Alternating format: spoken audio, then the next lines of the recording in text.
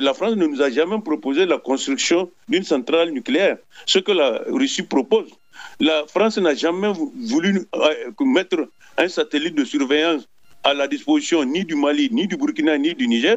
Aujourd'hui, la Russie est en train d'étudier la possibilité de mettre 2 ou 3 satellites à la disposition de ces 3 pays-là afin qu'ils puissent mieux contrôler leurs frontières. Donc, je pense que les choses sont très claires avec les Russes. Chers internautes d'Enjeux d'Afrique, bonjour et merci de nous retrouver. Nous partons ainsi pour une série d'interviews que nous réalisons dans le cadre du 2e anniversaire de l'arrivée du général Abdourahmane Tchani au pouvoir au Niger. C'est le 26 juillet 2023 qu'il a fait son coup d'État qui a renversé l'ancien président Mohamed Bazoum. On fait le point pour savoir si les objectifs fixés en ce moment lors de sa prise de pouvoir ont été atteints. Nous commençons par le volet sécuritaire et pour cela, je reçois en invité le docteur Bounty Diallo. Il est analyste des questions sécuritaires et analyste des questions géopolitiques. Docteur, bonjour et merci de nous retrouver. Bonjour, je vous remercie aussi. Le président Tchani, il y a 2 ans, avait justifié son coup d'État par les questions sécuritaires. Depuis qu'il a pris le pouvoir au Niger, est-ce que vous avez senti des améliorations concernant les attaques? Je pense qu'il a justifié les événements du 26 juillet 2023 par 2 éléments principaux, c'est-à-dire les questions sécuritaires. Il dit que la sécurité ne faisait que prendre de l'ampleur et la bonne gouvernance, surtout la gouvernance pendant la décennie. Hier, lors de la fête de l'indépendance qu'on appelle fête de l'arbre, il est revenu sur les questions pour demander aux Nigériens d'être beaucoup plus résilients parce que les dégâts causés l'ont été sur au moins une décennie et donc en 2 ans, on ne peut pas y remédier. Mais toujours est-il que, en ce qui concerne la sécurité, franchement, par rapport aux années passées, je pense que les mois de juin, mai et avril ont été très meurtriers. Mais ces derniers temps, on assiste à une sorte de renversement de la situation. Les terroristes sont de plus en plus traqués, surtout que le Niger a acquis de nouveaux matériels et donc un armement beaucoup plus sophistiqué. Mais on se rend compte à l'évidence que ça va prendre du temps. Parce que, entre-temps, vous savez que les terroristes se sont ancrés au niveau des 3 frontières, la frontière Niger, Burkina et Mali. Et donc, je pense que même s'il y a eu, entre-temps, la mise sur pied d'une force conjointe de 5 000 hommes, on va quand même mettre du temps avant d'arriver au bout de ce terrorisme-là. Vous disiez, docteur, qu'il y a des améliorations ces derniers temps parce qu'il y a des armes qui sont acquises et que l'armée est en train de monter en puissance.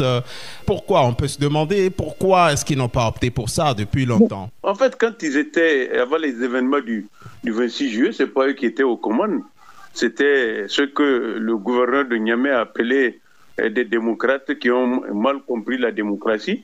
C'est-à-dire qu'il y avait des rapaces qui sont venus au pouvoir uniquement pour s'en mettre plein les poches. Je crois que l'intérêt général, au niveau donc de la Renaissance, acte 1, acte 2 et acte 3, l'intérêt général a été relégué donc derrière. Maintenant, les Tchani sont au pouvoir, il est clair qu'eux, ce sont des militaires. Ils ont acquis, semble-t-il, en tout cas, du matériel auprès de l'Union soviétique et de la Fédération de Russie et auprès donc des Turcs. Il n'est pas exclu que les Américains eux-mêmes, compte tenu donc des enjeux sous-régionaux, reviennent avec beaucoup plus de vigueur parce que, ne l'oubliez pas, l'envoyé spécial de Trump au niveau donc du Sahel était au Mali il y a 5 ou 6 jours et il a dit que les ennemis donc du Mali et donc par extension de l'AES, ce sont aussi les ennemis de l'Amérique. Donc je pense que sur ce plan-là, on va attendre encore voir, mais ce qui est sûr, c'est que depuis quelques semaines, nos armées sont en train de monter en puissance et je pense que hier seulement, des dizaines et des dizaines d'armements ont été retrouvés, en tout cas au niveau des 3 frontières, parce que les terroristes, sous le feu des 3 armées-là, ont préféré fuir et donc abandonner le combat pour disparaître dans la nature. Si vous estimez qu'il y a de l'amélioration, qu'il y a de l'embellie, est-ce que déjà on peut tirer comme conclusion que le Niger et les pays de l'AES par extension ont eu raison d'avoir mis fin à ces accords militaires avec la France et les États-Unis notamment? Pour les États-Unis, moi, je suis un peu plus nuancé. Surtout, c'est avec la France. Parce que la France est dans une position où elle exploite de manière éhontée, depuis plus de 5 décennies, l'uranium du Niger. Et donc, elle achetait cet uranium-là à vil prix. Imaginez, l'uranium du Niger est acheté à moins de 27 000 francs, alors qu'en Azerbaïdjan, la même France achète le kilo d'uranium à 127 000. Donc, ce qui fait que, fondamentalement, on n'était pas dans une relation de coopération, on était dans une relation où, tant que la France pouvait piller, voler nos richesses, elle fermait les yeux. Mais quand elle a compris qu'il y avait un éveil de conscience, qu'est-ce qui se passe? C'est qu'elle s'est mise du côté des terroristes. Et aujourd'hui, c'est un secret de polichinelle que c'est la France qui est en train d'armer et de financer le terrorisme à travers le franc CFA. Vous dites secret de polichinelle, on vous entend le dire souvent, mais il n'y a derrière aucune preuve. Non, les preuves sont là. Et puis, dans tous les cas, les Français eux-mêmes ne s'en cachent pas. Ils disent qu'ils sont là pour nous déstabiliser, simplement parce qu'on a remis en cause leur primat sur nos matières premières. Ils ne s'en cachent même plus. Il y a même un des généraux français là qui dit que d'ici 10 ans, il va même falloir qu'ils nous recolonisent. Donc, c'est un secret de polichinelle. La France ne cache même pas son jeu. C'est dommage qu'avec l'ancienne puissance colonisatrice, on en soit arrivé là. Moi, je pense que les Français ont manqué de tact. Beaucoup de pays africains ont été colonisés, soit par l'Angleterre, soit par le Portugal, soit par l'Espagne, etc. Toutes ces puissances-là se sont retirées sans aucun problème. Mais la France est restée sur nous comme un sensu. Et pendant des décennies, non seulement elle contrôle la monnaie, mais en plus, c'est qu'elle contrôle aussi nos richesses. Et donc, le fait que les gens demandent une coopération gagnant-gagnant l'énerve. Ça veut dire que donc, la France est derrière. Les États-Unis, peut-être sous Biden, et la preuve, c'est que Trump a dénoncé lui-même ces accords-là. Et aujourd'hui, les Américains, en tout cas, ils sont venus il y a 2 ou 3 mois chez nous pour dire qu'ils sont prêts à coopérer avec nous dans le nouvel état d'esprit qui nous anime, c'est-à-dire que les gens respecteront notre souveraineté et la diversification de nos relations militaires, économiques et politiques. Il y a cette force conjointe des pays de l'AES de 5000 hommes qui est en train de lutter contre le terrorisme, notamment dans cet espace de l'Iptako-Goma des 3 frontières. Est-ce que vous pensez qu'effectivement la mise sur pied de cette force a eu un impact réel dans la lutte? Oui, vous savez que je crois que l'embryon de ces forces-là est présent déjà au niveau du Burkina Faso à travers les bataillons d'intervention rapide. Je crois que c'est sur ce modèle-là que ces forces sont en train de se mettre en place avec une autonomie d'action, une autonomie de décision, avec des moyens aériens tels que les drones et les avions de reconnaissance ou d'appui au sol. Je pense que de cette manière-là, maintenant, il est clair que les 3 frontières seront beaucoup plus sécurisées. Maintenant, le problème qu'il y a, c'est que de l'autre côté, il y a le Bénin, et le Bénin n'est pas dans cette dynamique-là. Je pense qu'il faudrait que les Béninois s'accordent avec nous pour reconnaître qu'il y a un danger qui nous guette, en tout cas auquel nous faisons face, et qui est en train aussi de prendre corps au Bénin. Parce que contrairement à nous, le Bénin a 2 problèmes. Le Bénin a un problème de piraterie au niveau donc maritime, et le Bénin a un problème de terrorisme. Donc je pense que si véritablement les Béninois veulent qu'il y ait la quiétude, la paix et tout dans la sous-région, il va falloir qu'ils se décident à se joindre donc aux forces de l'AES afin que nous puissions sécuriser toute cette partie-là. Docteur, je ne vous comprends pas bien. Le Bénin a fait preuve de bonne foi, a tout mis en œuvre pour tendre la main à son voisin nigérien qui ne prend toujours pas cette main. La preuve, le 1er août dernier, le Burkina et le Niger ont été invités à défiler à Cotonou. Ces armées ne sont pas venues. Qu'est-ce que le Bénin aurait pu encore faire? Non, je pense que le président Talon, il est d'abord l'aîné de Tchani. Il est plus âgé que Tchani. Le président, je pense que ça, c'est un problème entre les peuples. Les deux peuples n'ont aucun problème. Moi, je me dis que, sincèrement, ils doivent pouvoir se retrouver à 2 pour régler ce problème-là. C'est vrai qu'il y a un problème de souveraineté au niveau du Bénin. On ne peut pas reprocher au Bénin de faire appel à une aide militaire extérieure. Mais il est quand même inconcevable que des forces hostiles qui manifestement arment et financent le terrorisme puissent s'installer à la frontière au nord du Bénin et donc nous menacer. Moi, je pense que c'est le seul problème. Mais docteur, je vous dis souvent que vous n'avez aucune preuve quand vous faites cette déclaration. Étant donné que le Bénin est aussi attaqué, le 17 avril dernier, il y a une attaque qui a fait 54 morts dans l'armée béninoise. Les mêmes forces hostiles qui étaient chez nous, il y avait 6 000 soldats français dans le Sahel. N'empêche, comment on appelle ça? Le terrorisme a pris de l'ampleur simplement parce que ces terroristes-là étaient manipulés par les forces extérieures. Maintenant, nous, ce que le président Tchani dit, c'est que les forces françaises que nous avons chassées se sont retrouvées au Bénin et en Côte d'Ivoire. Le président Talon, en 2026, il va s'en aller. Il ne faudrait pas qu'il laisse, au niveau donc de l'histoire, l'image qu'il aura contribué à dégrader les relations entre son pays et le Niger ou entre son pays et l'AES. Moi, je pense qu'il faudrait qu'il évite. Il y a eu une période où les gens se sont invectivés. Mais aujourd'hui, il faudrait que des deux côtés, que chacun mette un peu d'eau dans son vin s'il en boit, pour que nous puissions aller vers une paix définitive et que nous mettions en synergie les forces du Bénin, du Niger, du Burkina Faso, du Mali, du Togo et du Ghana, afin de combattre de manière efficace le terrorisme. Et la preuve, le Nigeria est dans la même posture que le Bénin, mais rien que la semaine passée, nos forces et les forces du Nigeria ont été amenées à travailler ensemble pour reprendre des localités dans l'état du Borno. Je pense que le président Talon aujourd'hui a une lourde responsabilité. Il peut se déplacer pour venir tirer l'oreille de son petit frère Keïtiani afin que nous puissions véritablement nous retrouver et afin que nos armées puissent travailler main dans la main.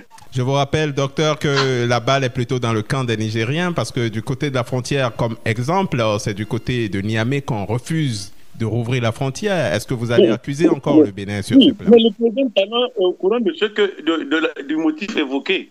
Moi, je pense qu'il peut y mettre fin. Le président Talon, vous avez vu, sa dernière sortie, c'est un homme très avisé, il est très sage. Il dit que personne ne va le coller au fauteuil présidentiel. Quand il aura fini son mandat, il va s'en aller. Mais avant de s'en aller, il faut qu'il ramène la paix, il faut qu'il fasse la paix. Moi, je pense qu'à sa place, moi, je prends mon avion, je dis à Tchani, on arrête ça là parce que des deux côtés de la frontière, nos populations sont en train de... On va trouver un moyen pour que, véritablement, nos deux armées puissent même patrouiller ensemble. Où est le problème? Dans tous les cas, moi, ce qui me fait mal, c'est qu'il y ait en Afrique des divisions de ce genre-là. Ceux qui nous divisent en Afrique sont en train de s'organiser là-bas contre la Russie, contre la Chine, contre je ne sais pas quoi. Pendant ce temps-là, ils nous refusent, nous, que notre unité. Ils considèrent que ça nous balkanisant, qu'ils peuvent mieux nous exploiter. Nous sommes dans la même posture que le Bénin. Le Bénin est exploité, nous sommes exploités. Si demain vous avez du pétrole là-bas, vous allez vous rendre compte que la France va tout faire pour exploiter ce pétrole-là à des fins purement unilatérales. Docteur Bonti Diallo, c'est quoi exactement les termes de l'accord militaire qu'il y a entre la Russie et le Niger actuellement? Les gens se focalisent uniquement sur l'accord militaire. Non. La délégation russe qui était là la semaine passée a signé un certain nombre d'accords dans le domaine médical, dans le domaine de la formation, dans le domaine militaire, dans le domaine sécuritaire, dans le domaine de l'énergie, dans le domaine de l'énergie nucléaire, dans le domaine de l'agriculture. Pourquoi? Parce que la Russie dit qu'elle souhaiterait que nous soyons dans une relation de coopération gagnant-gagnant. Et je pense que le fait déjà de vouloir former nos ingénieurs par centaines ou par milliers dans les universités russes, c'est quelque chose d'assez important, ce que la France n'a pas fait pendant 70 ans. Maintenant, il est clair que la France ne nous a jamais proposé la construction d'une centrale nucléaire, ce que la Russie propose. La France n'a jamais voulu mettre un satellite de surveillance à la disposition ni du Mali, ni du Burkina, ni du Niger. Aujourd'hui, la Russie est en train d'étudier la possibilité de mettre 2 ou 3 satellites à la disposition de ces 3 pays-là afin qu'ils puissent mieux contrôler leurs frontières. Donc, je pense que les choses sont très claires avec les Russes. Je ne dis pas que les Russes vont venir nous enrichir. Les Russes vont proposer de la technique, de la technologie, des transferts de technologie, etc., tout comme peut-être les Chinois. Mais en tout cas, on se rend compte à l'évidence que ce qu'ils nous proposent est 10 fois meilleur que ce que la France nous a proposé ou a fait sur nos 3 territoires pendant 60 ou 70 ans. Vous parlez de partenariat gagnant-gagnant. Qu'est-ce que le Niger offre en retour? C'est clair que dans les relations internationales, il ne faut pas être naïf. Chacun vit ses intérêts. Que la Russie gagne de l'argent ou pas chez nous, ce qui est clair, c'est qu'elle va gagner en prestige. elle est en train d'étendre ses tentacules au Niger, au Mali, au Burkina Faso, en Centrafrique, etc. Pourquoi? Parce que tout simplement, les gens investissent dans l'avenir. Même le fait de former des ingénieurs, c'est pas rien par rapport à un pays. Donc moi, je me dis que le Niger et la Russie, chaque partie doit savoir ce qu'elle veut concrètement et donc défendre véritablement ses intérêts. Moi, vous savez, j'étais dans l'administration avant d'être machin. Moi, là où je suis à l'heure actuelle, là, moi, je souhaite que les gens rapidement ramènent la paix dans la région et qu'il y ait peut-être le début d'un projet ferroviaire qui va sûrement relier le Maroc, la Mauritanie, le Mali, le Niger et le Nigeria, ou le Niger et le Bénin. Moi, c'est comme ça que je vois un peu, par exemple, l'avenir. Il est clair qu'aucun pays ne peut vivre de manière isolée, mais la France, qui est derrière un certain nombre de manigances contre nos trois pays, doit savoir que les temps ont changé. Maintenant, elle-même, elle peut revenir dans la coopération à la condition qu'elle change de paradigme et qu'elle ne se mette pas en tête qu'elle peut nous exploiter comme elle l'a fait pendant les 60 ans ou 70 ans. Aujourd'hui, la donne a changé. Il y a des puissances émergentes qui sont prêtes à travailler, à collaborer avec les pays de l'AES ou tous les pays africains. Je pense qu'il est clair que dans ces conditions-là, les gens ne vont plus accepter d'être exploités comme ils l'ont été pendant 6 ou 7 décennies. Lors de son discours, à l'occasion de ce deuxième anniversaire de son accession au pouvoir, le président Tchani a encore une fois incriminé la France de manipuler les terroristes contre le Niger. Vous nous disiez que l'armée est en train de monter en puissance. Est-ce que actuellement, le Niger a les moyens de contrer ces opérations subversives qu'elle accuse la France de faire pour le déstabiliser? Le Niger n'est pas seul. Il est dommage que la France s'appuie sur les pays africains pour déstabiliser. Moi, je pense que ce que Tchani dit là, ça nous touche jusqu'au tréfonds, parce que comment se fait-il que les Français qui pendant des décennies ont chanté que nous sommes dans une relation de fraternité, de coopération, machin, aujourd'hui qui se retrouvent dans la posture d'encourager du terrorisme contre nous? Vous savez, ils ont voulu déjà procéder à une partition du Mali, ça n'a pas marché. Ils ont, à l'heure actuelle, je pense qu'ils sont en train de mettre l'accent sur le parc W parce qu'ils considèrent que les terroristes doivent commencer par un embryon d'émirat, ce qui n'est pas possible. Les trois armées ne sont pas en train de leur donner du répit. Et je pense que véritablement, tôt ou tard, la France va revenir à de meilleurs sentiments, à constater l'échec donc de la campagne de déstabilisation qu'elle mène et peut-être essayer d'établir une coopération véritablement saine avec les trois pays. Le Niger n'est pas seul. Moi, je ne dis pas que seul le Niger pourra vaincre les terroristes, mais il est clair qu'avec ces 5000 hommes-là, dans la région ou dans la sous-région, on va faire mal. Même si les Français décident ouvertement d'envoyer des mercenaires, je pense qu'ils n'auront pas gain de cause. Alors, qu'est-ce que vous répondez aux Français qui disent que ce sont des subterfuges que le président Tchani trouve pour masquer ces errances de gouvernement, ces errances dans la gouvernance? C'est de bonne guerre. Moi, je soutiens l'armée, hein, ça, je ne m'en cache pas. Il n'est pas forcément dit que je soutiens Tchani, mais je soutiens l'armée. Et si nous avons des preuves, l'avant-dernière attaque massive contre cette position de l'armée malienne, on a retrouvé 25 drones kamikazes que les Maliens ont pu récupérer et avec des indications précises. Quand vous prenez le franc CFA, il est utilisé abondamment parce que tout simplement, c'est la France qui frappe monnaie. Utilisé abondamment par qui? C'est normal que ça soit utilisé, c'est la zone monétaire du franc CFA. Non, mais chaque pays a une série. Et puis les terroristes que nos armées capturent, ils parlent. Ils disent comment on a aussi des satellites. C'est ce que les Français le savent. Donc on a toutes ces images-là. Tchani ne parle pas comme ça juste pour parler. Tchani a des preuves. Et les preuves là, c'est même souvent des pays occidentaux qui nous aident à les avoir. Donc moi je me dis que la France a plutôt intérêt à redéfinir la manière dont elle nous conçoit. Nous ne sommes pas des sous-hommes. La preuve, nous avons étudié dans les mêmes universités que les Français là, nous les avons battus. Donc ça veut dire que nous ne sommes pas des sous-hommes. Maintenant, ils ont profité un moment de leur avancée technique ou technologique pour nous soumettre, mais aujourd'hui ce n'est plus possible parce que tout simplement, il y a des pays émergents qui ont été dans la même posture que nous et qui nous comprennent et qui voudraient que les choses changent. Moi, je me dis que les choses doivent changer. Nous ne voulons pas couper avec tout le monde, mais il faudrait que ceux-là qui veulent venir chez nous respectent notre souveraineté et les décisions que nous prenons, en tout cas pour le bien de notre peuple. Pour finir, Dr Bonti Diallo, en ce qui concerne la lutte contre le terrorisme au Niger, vous estimez que le pouvoir d'Abdourahmane Tchani, le général, est sur la bonne voie? Non, je pense que ça va aller, Inch'Allah, avec la mise en place de la force conjointe là. Du côté du Nigeria, ça bouge. La preuve, c'est que quand nous travaillons ensemble avec le Nigeria, nous récupérons des villes à l'intérieur du Nigeria que nous remettons aux forces armées nigérianes. Et il est clair que si le Bénin s'y met, nous allons rapidement, en tout cas, trouver une solution à ce problème terroriste-là, surtout dans la zone des 3 frontières ou principalement dans le parc national W. Je pense que désormais, la balle est dans le camp des 2 présidents, Tchani et Talon. Il faudrait qu'ils s'entendent pour que, d'abord, la frontière soit réouverte. Il faudrait qu'ils s'entendent pour que nos armées ne puissent pas rester l'arme au pied pendant qu'une des armées est attaquée. Il faudrait qu'en cas d'attaque, que ces 2 ou 3 armées-là, en tout cas, mettent leurs forces en synergie afin d'enrayer la menace ou le danger. Merci beaucoup à vous, Dr Bonti Diallo. Je vous remercie. Merci beaucoup à vous aussi. Je rappelle que vous êtes enseignant-chercheur dans le supérieur et analyste des questions sécuritaires et géopolitiques. Vous êtes passé aujourd'hui sur Enjeux d'Afrique pour faire le bilan sécuritaire du président Abdourahmane Tchani depuis 2 ans qu'il a pris le pouvoir par un coup d'État à Niamey. Fidèles internautes d'Enjeux d'Afrique, merci aussi de nous avoir suivis. Le rendez-vous est pris pour un autre numéro de cette série consacré au Niger pour faire le bilan des 2 années du président Tchani au pouvoir.